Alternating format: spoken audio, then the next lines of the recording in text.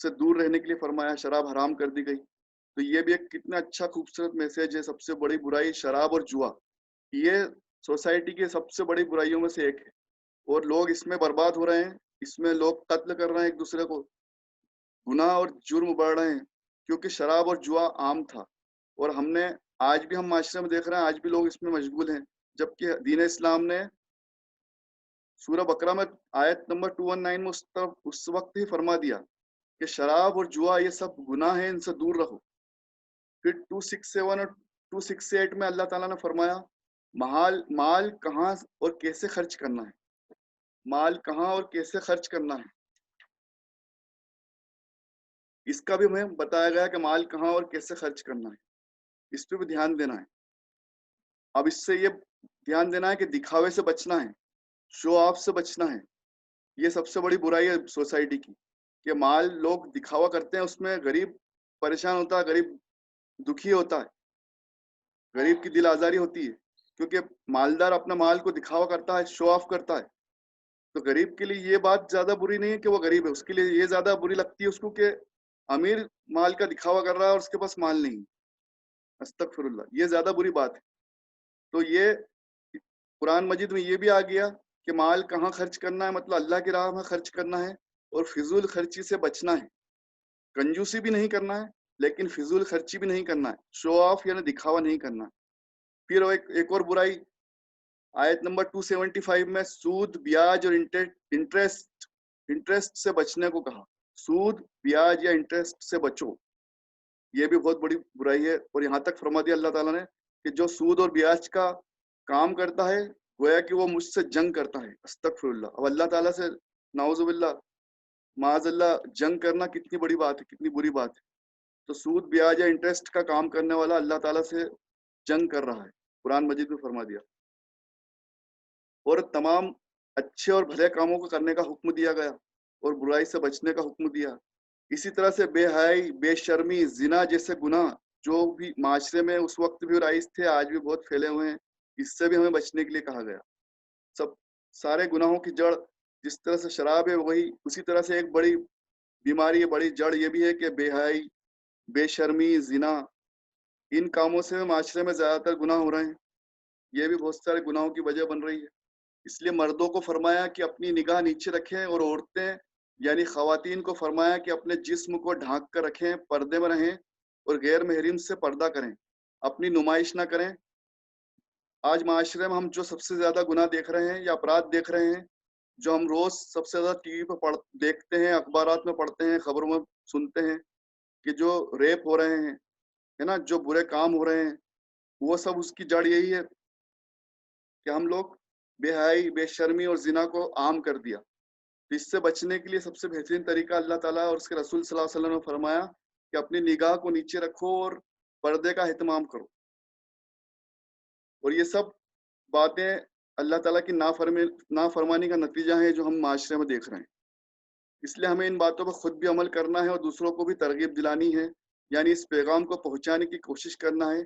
اسی لیے سورہ آل عمران میں آیت نمبر 110 میں اللہ تعالیٰ فرماتا ہے تم بہترین امت ہو جو لوگوں کے لیے بھیجی گئی ہو، تم اچھے کاموں کا اور نیکی کا حکم دیتے ہو اور برے کاموں سے روکتے ہو. کتنی بہترین بات اللہ تعالیٰ نے قرآن مجید میں فرما دی کہ تم بہترین امت ہو. کیوں ہو بہترین امت؟ کیونکہ جو لوگوں کے لیے بھیجی گئی ہو، تم اچھے اور نیک کاموں کا حکم دیتے ہو اور برے کاموں سے روکتے ہو. اسی طرح سورہ المائدہ میں آیت نمبر 2 میں فرمایا نیکی اور پرہیزگاری کے کاموں میں ایک دوسرے کی مدد کیا کرو. اب سب باتوں سے ہمیں جو ہدایت یا سیکھ مل رہی ہے وہ یہی ہے کہ ہمیں نیک عمل کرنا ہے اور نیکی کو پھیلانا ہے اور نیکی کی دعوت لوگوں تک پہنچانا ہے.